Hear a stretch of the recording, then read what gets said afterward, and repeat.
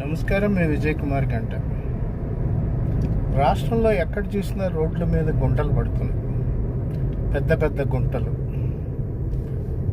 వాహనాలు మాట ఎలా ఉన్నా సామాన్య పాదచారులు సైతం నడిచేందుకు అవకాశాలు లేని రీతిలో ఉన్నాయి. ఈ గుంతలన్నిటినీ సంక్రాంతి నాటికి పూర్తి చేస్తామని ప్రభుత్వం ప్రకటించింది. ప్రభుత్వం ఆ ప్రయత్నంలో చిత్తశుద్ధిగానే ఉండొచ్చు. అయితే సంక్రాంతి నాటికి ఈ గుంటలు లేదా ఈ గుంతలు పూర్తవుతాయని మనం చెప్పలేము. ఇక్కడ నేను ప్రభుత్వాన్ని విమర్శించటం లేదు, ప్రజల్ని విమర్శిస్తున్నాను. చాలా సందర్భాల్లో చాలా చేస్తూ ఉంటాం. మన ఇష్టమైన నాయకుల కోసం ఫ్లెక్సీలు కడతాం, ఏవేవో చేస్తాం.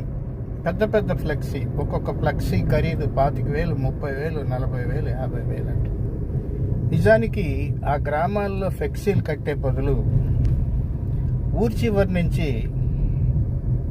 గలసో లేదా గలసతో పాటు మన్ను కలిపి ఆ ఖర్చుతో ఈ గుంతల్ని తాత్కాలికంగా పూడ్చవచ్చు, వాహనాలు వెళ్ళటానికి అవకాశం కల్పించవచ్చు, అనేక ప్రమాదాలని నివారించి ప్రాణాలని కాపాడవచ్చు.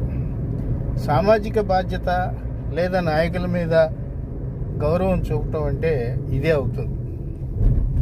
ఎవరో వచ్చి ఏదో చేస్తారు, లేకపోతే అది చూసారా ఇంతింత గుంతలు ఉన్నాయి, అంతింత గుంతలు ఉన్నాయి అనుకుంటా కొన్ని రాజకీయ పార్టీలు అనుకూల మాధ్యమాలు కూడా విమర్శలు చేస్తుంటాయి.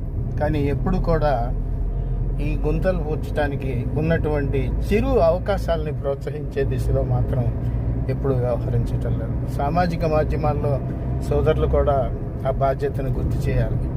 నిజానికి ఒక నటుడు సినిమా విడుదలైందంటే 1,000 రూపాయల పైన టికెట్ పెట్టి వెళ్తారు.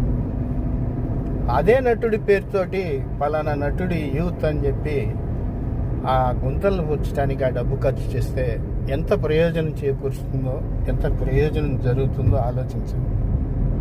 దేశం మనకేమిచ్చింది, గ్రామం మనకేమిచ్చింది అనే కన్నా గ్రామానికి మనం ఏమిచ్చాం, దేశానికి మనం ఏం చేసాం అనేది ముఖ్యం. మీకు తెలుసా, మధ్య ఒక గొప్ప ఇంజనీర్గా రిటైర్ అయిన తర్వాత హైదరాబాద్లో అనేక రోడ్లని గుంతలు పడితే ఆయనే పూడ్చారు. మనం ఎందుకు గుంతలను పూడ్చకూడదు?